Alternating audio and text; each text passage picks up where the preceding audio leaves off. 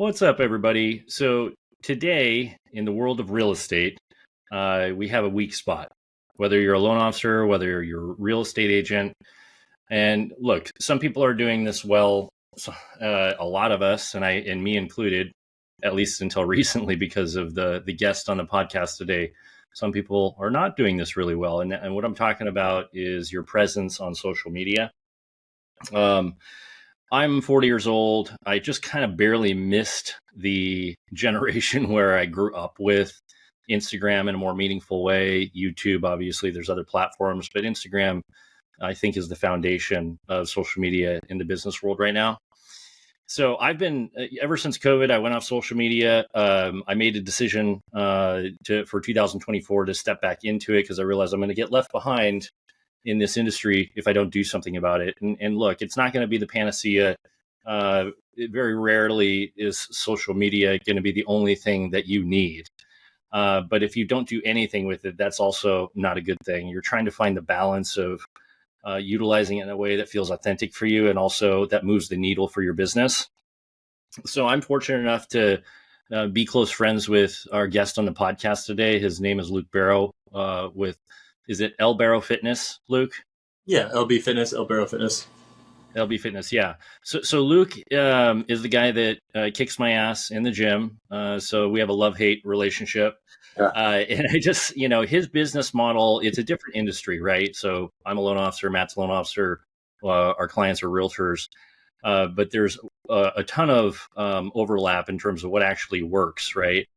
And what I was talking about earlier is Luke actually can claim 100% of his success, almost anyways, from Instagram and social media.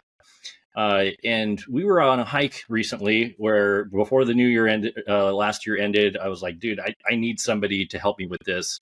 It's usually hikes and conversations like that create the insights and the opportunities. And we agreed to work together.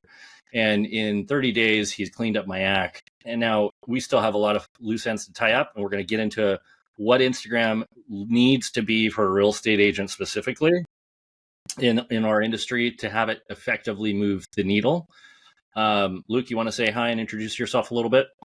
Yeah, how's it going, guys? You introed it pretty well. Yeah, I've been a private trainer for over a decade now. But I'd say I'm a serial entrepreneur in that sense as well. I do a lot of side endeavors and ventures, if you will, social media being one of them. Just because I have a niche for it and I've been on it so much, like you said, largely my business is largely ran on social media. I mean, I've obviously gained business in various ways, word of mouth, referrals, so on and so forth. But social media is a large portion of that. And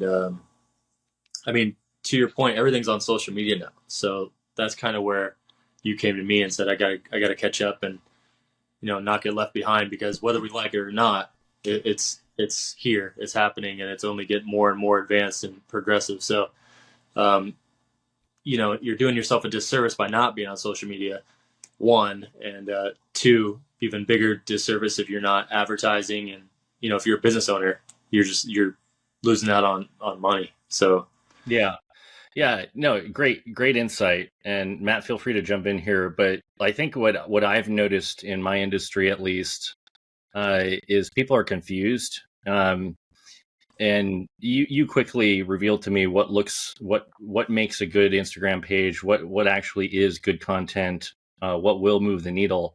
And as I am paying more attention now, I'm noticing people really don't know what they're doing on social media, right?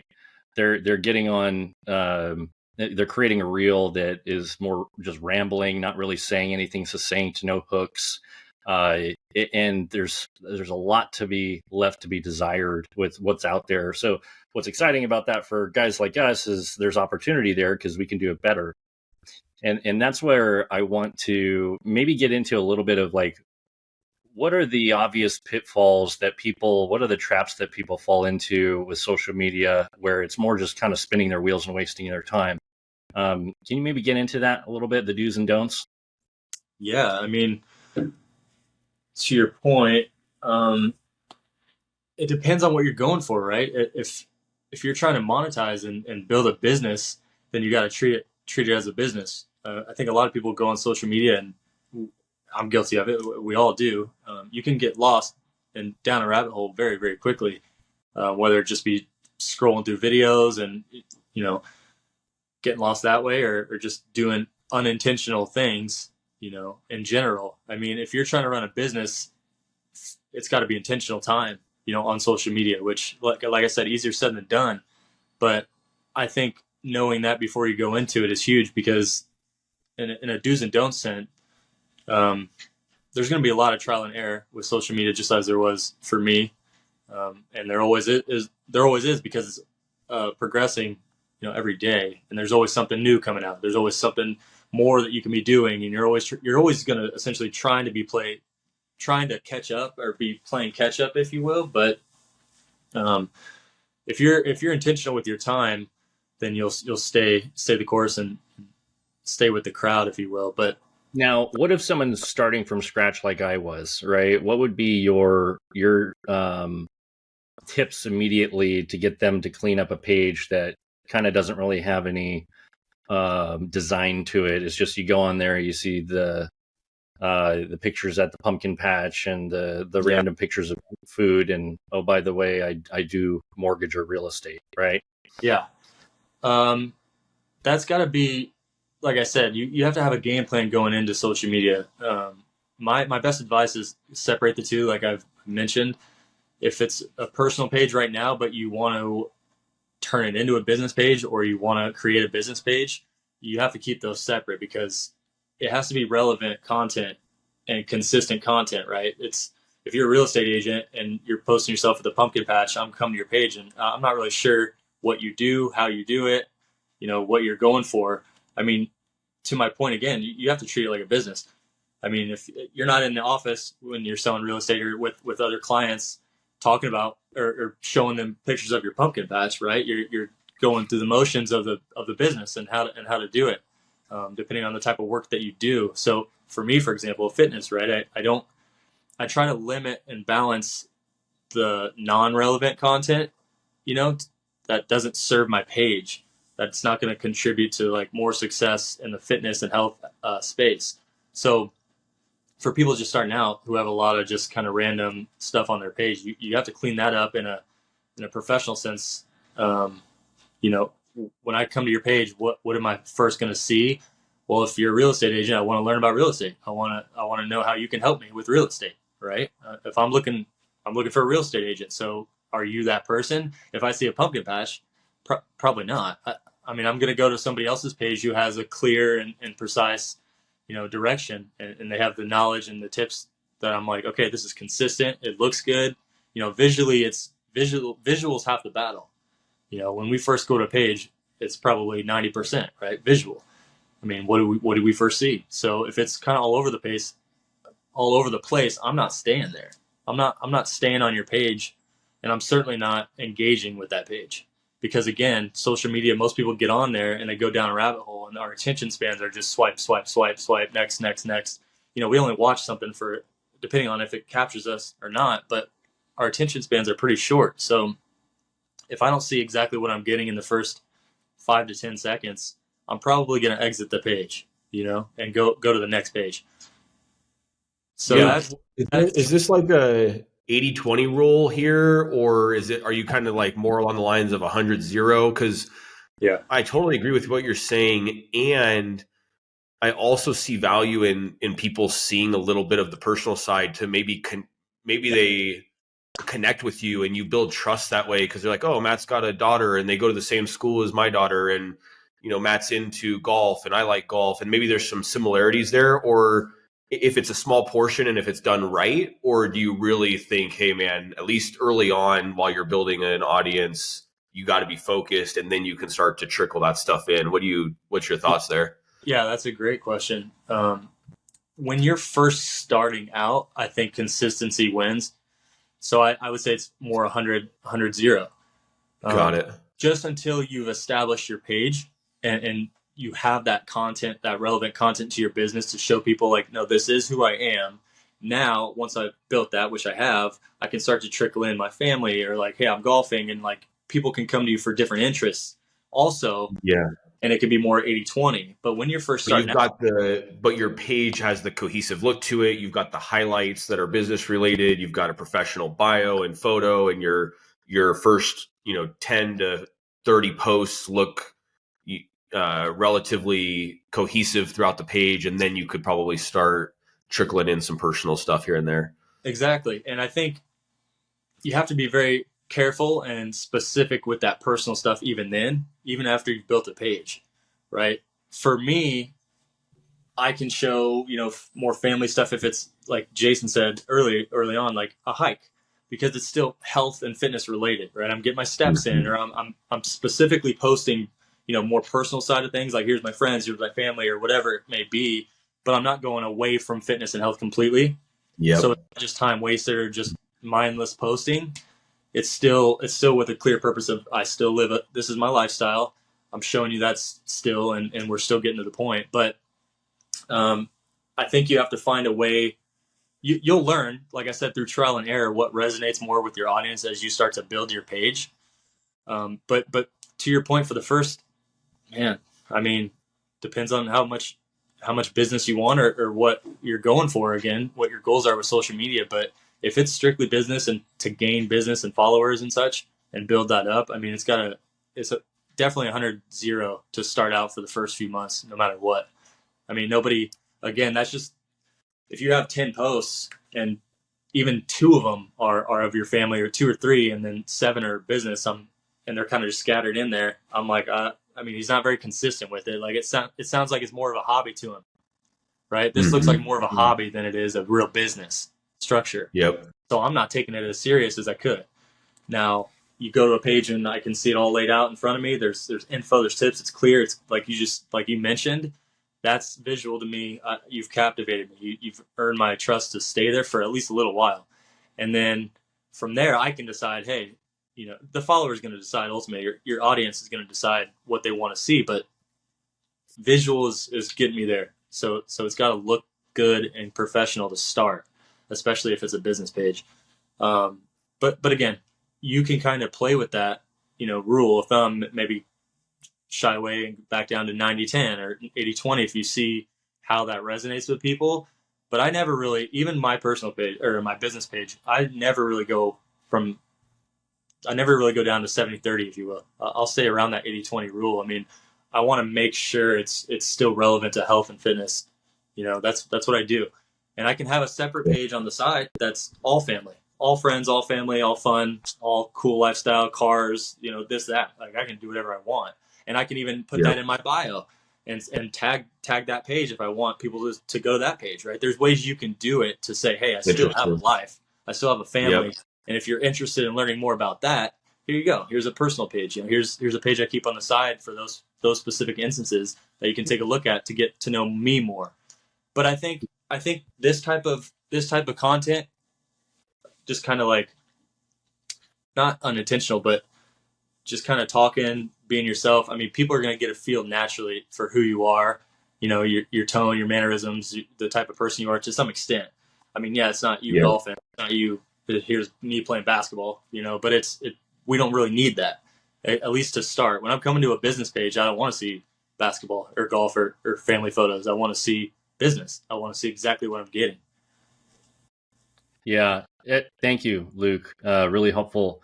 And one of the shifts I needed to make mentally that maybe some of us fall prey to is you kind of have to zoom out a little bit, and realize that social media gives you access to such a larger audience and marketplace. And that's the reason I'm personally excited about it, because the reach is way, way deeper and wider than what I can possibly do as Jason Thibodeau, the loan officer in my local marketplace.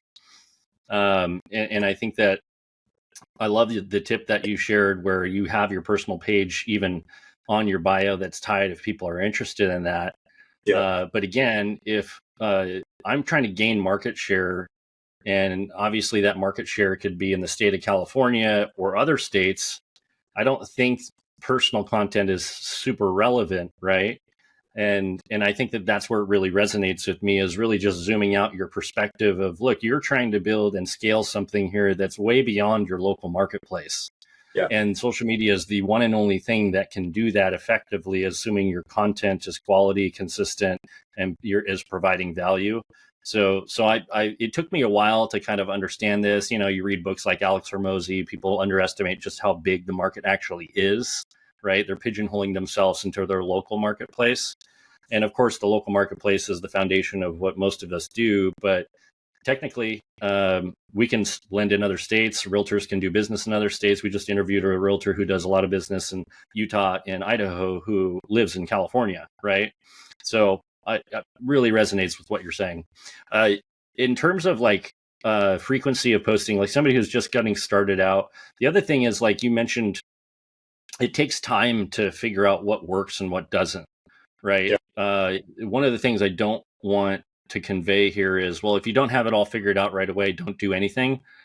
Ultimately, you and I, Luke, have figured out what reels and what type of content is getting big viewership and big engagement and what isn't, and we're learning, right? So that also means that some of our reels are falling flat, and that's good learning. So like I guess one of the messages for the audience is, don't not do anything because you don't have it fully figured out yet. You know, you have to do something even if it's not perfect.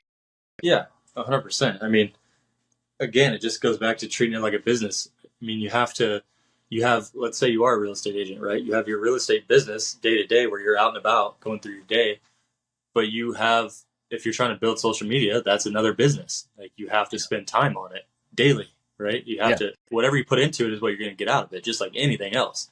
So the more time you spend learning and growing on social media, making those mistakes and coming back to them and fixing them and cleaning it up, the faster you're going to build a successful business on social media and an organic presence and audience. But you have to spend time on it. You can't just get discouraged and think, I'll post every once in a while. You know, again, hobby. Is it a successful business or is it a hobby? Social media is no different.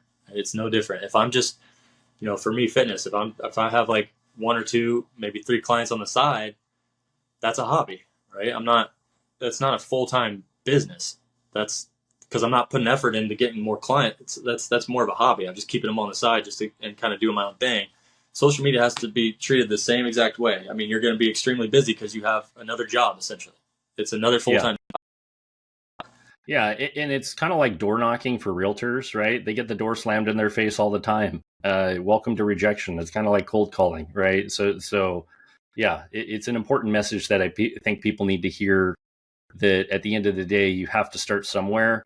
What about like frequency? Somebody's trying to build their page. So like, how often and what specifically? Are we talking reels? Are we talking stories? Are we talking static posts? What frequency? Just so people really kind of at a granular level understand what they should be doing. Yeah, I'm only going to say this because I think there's so much like information given that's just kind of 0 to 100. And social media, you can burn out very easily, and you can start to compare yourself very easily, and all these things that, you know, can be a negative aspect of it. So what I'll say is, know yourself, right? That's why you hired me. I mean, it's how quick do you hit a burnout phase or get overwhelmed or get anxiety about all these things that you have to do? I mean, you got to know yourself first and know, you know, what triggers you and such, but that'll determine what can I give into this social media thing. What can I, right now at this current, you know, phase of my life, like what can I give to it? Do I need to hire out? Like, you know, you have me helping you and taking a lot off your plate to build it with you, instead, as opposed to trying to go at this alone and taking a lot longer, right?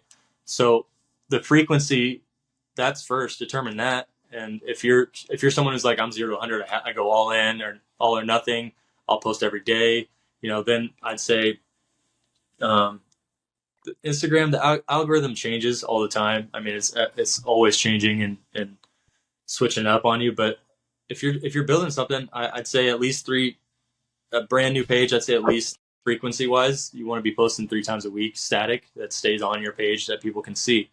And again, it's specific content. It's professional, it's business oriented, it's whatever it is for you, tips, you know, market tips, whatever it may be. But I like the podcast form right now. I think that's doing really well, which is why we're doing it that way and why we're on here today. but that could change next, month. That you never know. That's why you have to spend time on social media every day, because you never know when it's going to start to change and start to leave you over here. And you're like, oh, I think podcasts are still good. Meanwhile, we're over here now. Instagram has shifted this way and the algorithm's picked up over here, and you've thought you're doing the right thing and now you're not. And you know what I mean? It's just, it's a full-time gig. It really is. And so you have to watch that and be cautious of it. And that's why hiring somebody is, if you're first starting out, I think it's a great investment, not being biased, but it's just, I would do the same thing. If I was building from zero, I wouldn't want as much help, because it has to be smart, specific posting. You can't just go at it and think you're doing the right things, because it's going to take you way, way longer. You're just losing money. If you're building something very, very slow. And that's okay if you have all the time in the world, but most of us don't. Yeah. So I was clear that I didn't know what I was doing. But what's also exciting, Luke, is what are we, a month or two into this? And I'm feeling not like an expert, but you've helped me get so much more up to speed. And while I don't feel like I can go out on my own yet, still, the training wheels are slowly coming off. And that's what that getting the coaching, plugging into somebody who already has the 10,000 hours of mastery. Like, why make it harder than it needs to be? And while that's an investment, it was life-changing for me. There's no doubt about that. I think it's the best return on investment. If you can build everyone's on social media. If you can find a way to invest now, do it early, you're going to get that money back and then some. I can't tell you how many times. And again, for me, I've built a decent following now to where I have companies reach out to me, and I can monetize that way because they go off my audience and the follower count and all that. So you'd be surprised how many different ways that aren't even relative to your business you can monetize on social media just by building it up and treating it like a business. So invest now and reap the rewards, in no time. Everyone's on social media. Everyone is understanding it. You have to be in some capacity. The more you put into it, the more you're going to get out financially. In so many areas. So yeah, you're making an important point, because that's the other exciting part is once you do build your base of followers and your brand to a certain level, you can now start branching off, not just like Matt was talking about earlier and showing them the personal side, but also, people reaching out to you for sponsorships, you maybe wanting to pivot to a different, not fully different career, but a side business. Now you've got a brand and a presence where you can actually do that. So this is what I'm talking about earlier with social media. It opens you up to such a larger spectrum of marketplace than what you can possibly boots on the ground do as one individual in your local marketplace. Yeah. Yeah. Again, if you're first starting out on social media and you're really trying to build it, it's going to get overwhelming very, very quickly. I get overwhelmed and I've already built something. I go on social media some days and I'm already overwhelmed. It just depends. It really just depends on what's going on in your life. And it can be a negative thing if you let it very, very quickly. So you have to attack it smartly, invest, and just have a specific game plan going into it. If you don't have a game plan, you're already dead in the water. Because like I said early on, you're going to start scrolling, and next thing you know, 20 minutes have gone by that you could have put toward your business, intentional time wasted, right? Now it's unintentional time you spent on social media. And next thing you know, you're an hour down a rabbit hole and you haven't done anything relative to your business, or you haven't grown at all. You haven't done anything. So, but it's easy. It's really easy. I've done it myself. I've been that guy who's like 30 minutes later, I'm like, wow, I've watched videos for almost 30 minutes now. Like, even if it was relevant content, it didn't serve me. It provided no value to my life, right? Other than a laugh or it provided zero benefit to me if I'm running a business page. So I set aside time. I make sure I know, you and I have a schedule, right? Like, I designate time a day that I can spend to social media and make that intentional time, relevant content, right? Be posting and editing and doing all the things that are required to build a page. If you don't have that groundwork laid out, it's already dead in your tracks. Yeah. Yeah. And people need to hear from us. We have value to bring. I'm actually getting to the point where I'm enjoying the process. Like, I don't wake up in the mornings when I know I need to make another reel and think to myself, oh God, what am I going to do now? I'm actually really stoked to do it, because it's starting to get fun in the sense that I'm learning I'm certainly not there yet, but you just start to learn how to be more succinct in your messaging, how you articulate things, the hook, the call to action. We're working on all that still, and it'll continue to dial in, even the surroundings, right? The lighting. It's fun. You can actually make it fun. And when you get efficient at it, it's actually not that much time invested. It really isn't. Yes, there's that period of learning and getting through the learning curve and growth, but whatever, anything of value in life takes that time. So for whatever that's worth, once you hit your stride, it actually starts to become kind of fun. Yeah. I mean, for many different reasons. I mean, one, you're getting good at something, you're gaining a skill set, and you're taking away outside of the app, for regular business, for relationships, for whatever it is. And two, you're seeing, like I said, you're seeing that business scale, and you're learning, like, okay, there is real income here. I can make money here. I can, treat this as a business and full-time job, and actually find value in it. I get excited about that stuff all the time. I mean, you can meet people literally. I mean, it's such a small world, and it's huge, but it's very small. I've met people online that I'm great friends with today just because of social media. You never know, and you never know. Again, everyone's on it, so it can be a positive thing as well. It's just, you never know. I have one more question, but Matt, you want to jump in? I don't want to commandeer this interview. No, you're good. This is a lot to soak in for me. I've been reluctant to get consistent with this, and I can speak from experience. When I do post about business, I literally get tangible business from posting, and then I inevitably stop posting again. Just, it's the definition of insanity, really. But I'm taking it all in and soaking it all in because it's really relevant for me. I've just got to get going. I've just got to get consistent with it. And I know that the business will come from it. I try to remember, like, if I could get a room of 100 new people to listen to what I have to say, like, what would I pay for that? Right. Like, if I were doing a seminar in person, and it's very achievable to get 100 followers to listen to your message. And so just what Jason was saying earlier, and what you've alluded to, the reach that's possible with social media is unmatched against any other prospecting tool in business. So it's simply required. And Jason, a lot of kudos to you for diving into it head first. I know you've been putting a lot of work into it. I just got to get going. So yeah, I haven't had a lot to add just because I'm consuming more than I'm giving right now. You're the one that inspired me, man. So give yourself some credit. You're the one that was taking action before any of us. But one last thing, we try to keep these to 30 minutes, Luke. So we're going to share with people how to get a hold of you. But real quick, like a low-hanging fruit opportunity for growth that you and I started out with the Stephen Thomas podcast is we did a collaboration post.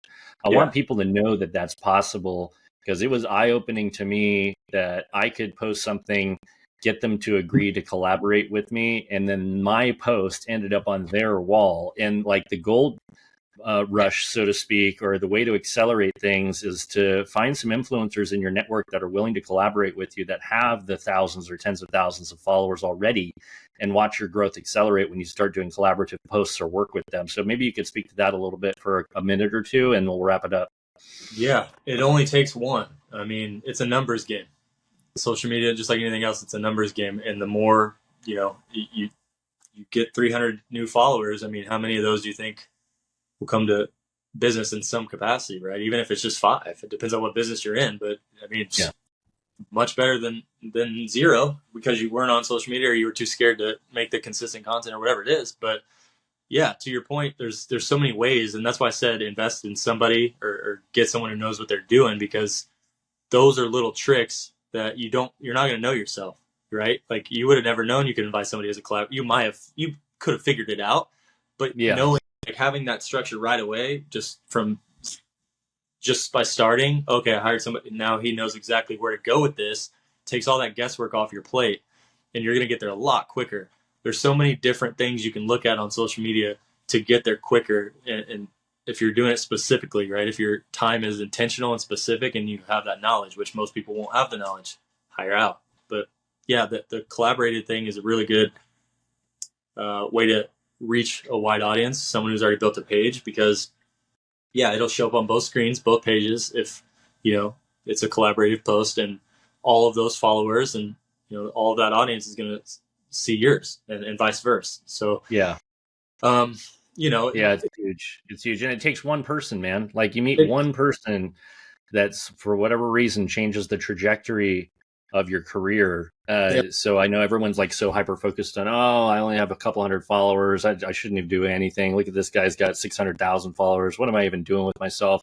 Like, don't play the comparison game, and realize it's not necessarily about how many followers you have. It's about the quality of your content and the quality of the engagement. And sometimes, like I said, that one human being that you connected with, and your message resonated with them, and that opens up this whole new avenue of business that you didn't know was possible before, right? And that's where, the collaboration type piece, where you're tagging somebody, they're accepting a collaboration invite, and now your post is on their wall too, and voila, you got access to a lot larger scale. Yeah, you never know, honestly. I've had so many instances like that myself, where I'm just like, okay, and I've gained a lot of business from one post or one certain thing or one person. I mean, yeah.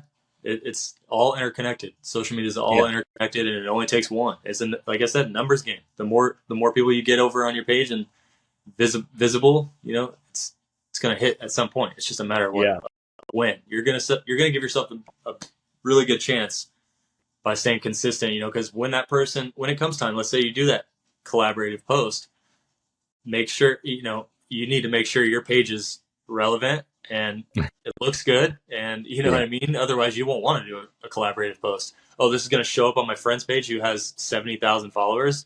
Okay. Am I ready for that? Yeah. Have I put myself in the best position for that? Yeah. Right. I mean, will they gain any value from seeing it pop up on his page? Will they get anything from it or not?